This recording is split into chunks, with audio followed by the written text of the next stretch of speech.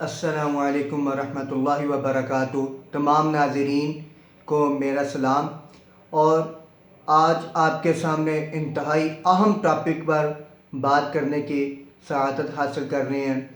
تو اس اہم ٹاپک پر بات کرنے کے لیے ہم نے اپنے مہمان حضرات کو دعوت دی ہے جو آپ کی اسکرین پر موجود ہیں۔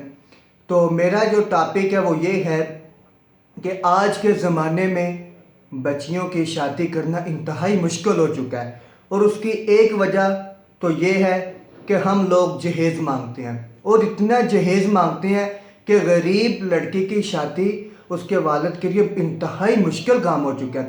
تو اسی ٹاپک پر بات کرنے کے لیے ہم نے آپ کے سامنے مہمان کو دعوت دی ہے، تو ہم ان سے بات کرتے ہیں۔ السلام علیکم ورحمۃ اللہ وبرکاتہ۔ کیا حال ہے بیٹی صاحب؟ وعلیکم السلام ورحمۃ اللہ وبرکاتہ۔ کیسی طبیعت ہے؟ سب خیریت ہے؟ الحمدللہ الحمدللہ۔ تو میرا آپ سے پہلا سوال یہ ہے کہ لوگ سوال یہ کرتے ہیں کہ امی فاطمہ رضی اللہ تعالی عنہا کو بھی تو جہیز دیا گیا تھا، تو جب ان کو جہیز دیا گیا تو پھر ابھی بھی جہیز جائز ہونا چاہیے، ہم اس لیے جہیز مانگتے ہیں۔ تو آپ اس کے بارے میں کیا کہنا چاہتے ہیں؟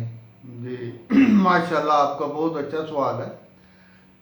اصل میں بات یہ ہے کہ نبی پاک صلی اللہ علیہ وسلم کے جو سیدنا علی رضی اللہ تعالیٰ عنہ تھے، ان کو نبی پاک صلی اللہ علیہ وسلم نے پالا ہے، ان کی کفالت میں رہے ہیں۔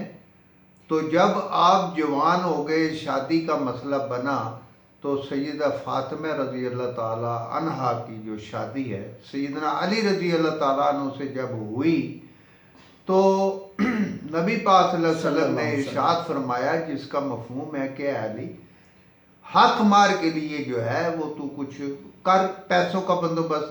تو انہوں نے اپنی زرہ جو ہے وہ سیدنا عثمان رضی اللہ تعالیٰ عنہ بیچی، اور تقریباً اس کا 450 درہم جو ہے وہ قیمت انہوں نے لگائی، اور اس کے بعد جو ہے وہ زرہ بھی سیدنا علی رضی اللہ تعالیٰ عنہ کو ہدیہ کر دی۔ اب وہ زرہ بھی لے گئے اور پیسے بھی لے گئے۔ جب حضور پاک صلی اللہ علیہ وسلم نے جب شادی سے فارغ ہوئے، حق مار وغیرہ 400 درہم کے قریب سنا ہے، اکثر علماء کہتے ہیں 400 درہم جو ہے وہ حق مار تھا بی بی فاطمہ رضی اللہ تعالیٰ عنہ۔ تو جو پیسے بچ گئے تھے وہ سیدنا علی رضی اللہ تعالیٰ عنہ نے سیدنا محمد صلی اللہ علیہ وسلم کو دے دیے۔ تو حضور پاک صلی اللہ علیہ وسلم نے ان پیسوں سے، جو سیدنا علی رضی اللہ تعالیٰ عنہ کے پیسے تھے، ان پیسوں سے کچھ ضروریات زندگی، جو گھر کی چیزیں ضرورت ہوتی ہیں، چکی ہے، مشکیزہ ہے، اور برتن ہیں گھر کے، وہ حضور صلی اللہ علیہ وسلم نے خرید کے دیے۔ اگر جہیز جائز ہوتا تو پہلے 3 بیٹیوں کی نبی پاک صلی اللہ علیہ وسلم نے شادی فرمائی ہے، تو ان کو کیوں نہیں دیا؟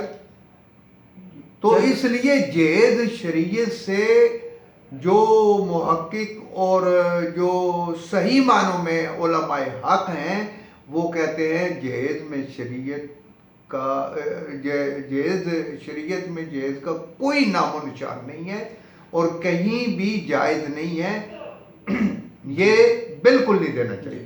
چلیں ٹھیک ہے، آپ کا پوائنٹ آ گیا کہ آپ کہتے ہیں کہ وہ آپ صلی اللہ علیہ وسلم نے جہیز نہیں دیا تھا، بلکہ انہی کے پیسوں میں سے کچھ چیزیں لے کر دی تھی۔ تو چلیں ٹھیک ہے، ہم یہ بات آپ کی مان لیتے ہیں، لیکن پھر لڑکیوں کو، بچیوں کو ہم کیا چیز دیں؟ آپ یہ بتا دیں ہم کو۔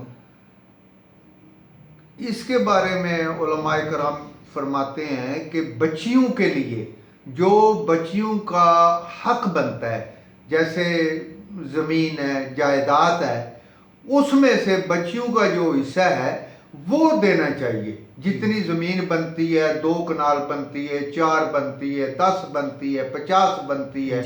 آج کل لوگ زمیندار کیا کرتے ہیں کہ 10 لاکھ کا بچی کو جہیز دے دیتے ہیں۔ مثلا ایک بچی کی زمین بنتی ہے 50 لاکھ کی، اور گھر والے کیا کرتے ہیں، اس کو 10 لاکھ کا جہیز دے دیتے ہیں، اور اپنی ناک اونچی کرنے کے لیے اس کی نمائش بھی کرتے ہیں، اور اس کے بعد جو ہے 10 لاکھ کا جہیز دے دیا، 50 لاکھ کی زمین نہیں دی، 40 لاکھ پھر بھی بچا لیتے ہیں. یہ بچیوں کے حق مارنے والے ہیں اور یہ ماں باپ ڈاکو ہیں. ٹھیک. تو میرا آپ سے انتہائی اہم سوال یہ ہے کہ جو لوگ جہیز مانگتے ہیں اور کہتے ہیں کہ جب تک آپ جہیز نہیں دیں گے ہم رشتہ نہیں کریں گے، آپ ان لوگوں کے بارے میں کیا کہتے ہیں اور کیا پیغام دینا چاہتے ہیں؟ میں تو ان کو انتہائی درجے کا بے غیرت سمجھتا ہوں کہ جو بچیوں کو جو ہے جہیز کی وجہ سے جو ہے وہ ان کے رشتے نہیں لیتے. کیونکہ جب نبی پاک صلی اللہ علیہ وسلم سے، اسلام سے، شریعت سے ثابت ہے کہ جہیز ہے ہی نہیں ہے، تو پھر اس کے لیے کیوں وہ اتنا تردد اور اتنا وہ کرتے ہیں؟ یہ تو ہندوؤں کی رسمیں ہیں، کافروں کی رسمیں ہیں.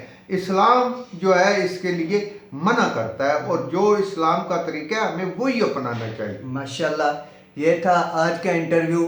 میں آپ سے آخری بار یہی کہنا چاہتا ہوں کہ حالات ایک جیسے نہیں رہتے.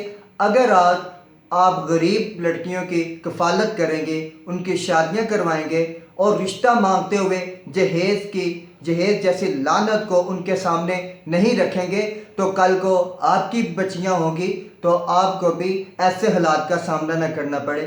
اس لیے جہیز جیسی لعنت کا بائیکاٹ کریں. اجازت دیجیے. السلام علیکم ورحمۃ اللہ وبرکاتہ.